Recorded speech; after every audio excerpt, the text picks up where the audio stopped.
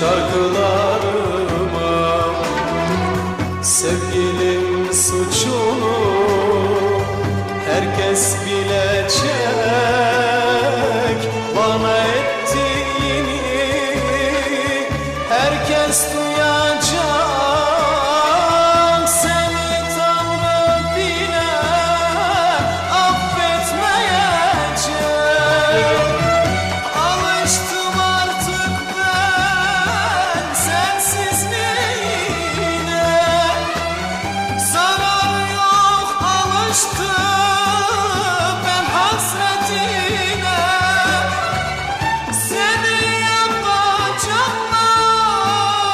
benim yerime, seni Allah bile affetmeyecek. Seni yapacaklar benim yerime, seni Allah bile affetmeyecek.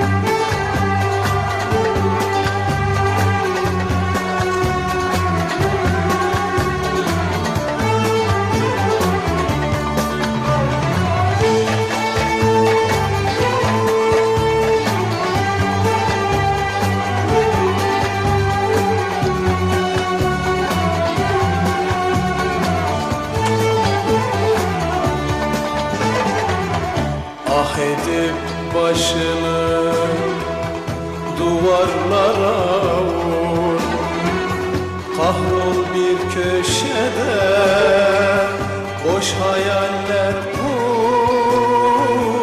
Kalpsizler